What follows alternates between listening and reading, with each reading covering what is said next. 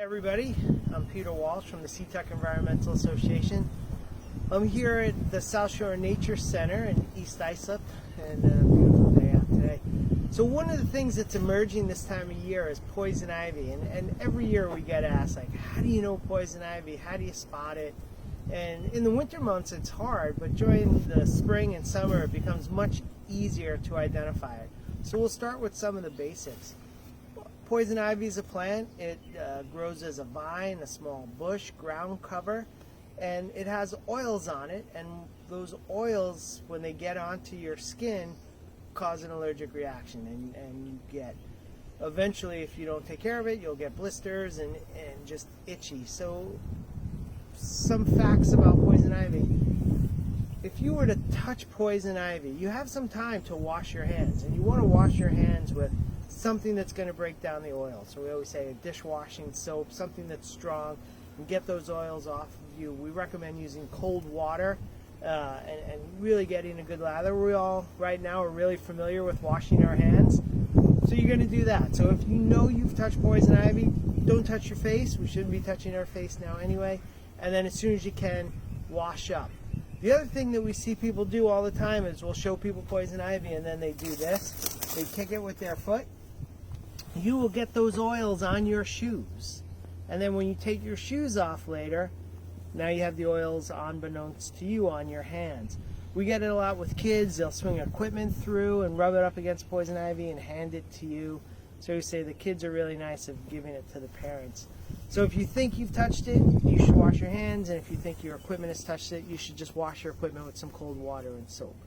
So how do you know if you touched it? How do you identify it? So the real basics of poison ivy, if you take a look on this tree, there's this red fuzzy vine.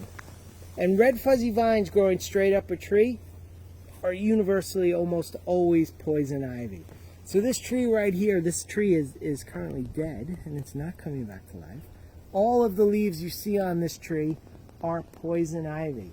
So the red fuzzy vine is giveaway number one.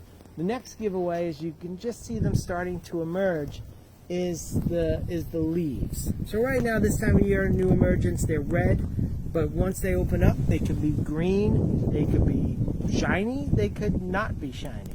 So you really want to go based on the shape. So they're a compound leaf, so one stem, 3 leaves, and then the center leaf would be symmetrical, meaning if you folded it in half, it's exactly the same on both sides.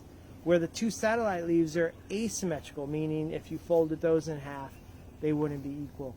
So that's a real clear giveaway. The other thing is that poison ivy has no vine or thorns on it.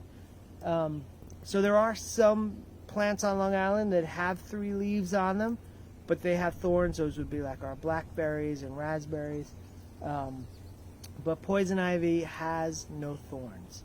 So you just want to avoid really contact with any part of it. You can get a reaction from the stem, you can get a reaction from the leaves, you can get a reaction from the vine. If you dig it up, you can get a reaction from the roots. So you really just want to avoid touching it. The other thing you want to be careful is if this plant was fully leafed out and right after a rainstorm, if the things underneath it were wet, theoretically I could come in contact with the oils that way. So you just want to be careful when you're around poison ivy. If you're on shore, don't touch it. But leaves of 3, leave it be, is always a good motto. Red fuzzy vine, leave it be. And that's poison ivy here on Long Island. It does get berries in the fall. Animals love poison ivy. They'll eat those berries. And of course, can we get poison ivy from the berries? Yes, don't eat the berries, don't touch the berries. So leave this alone.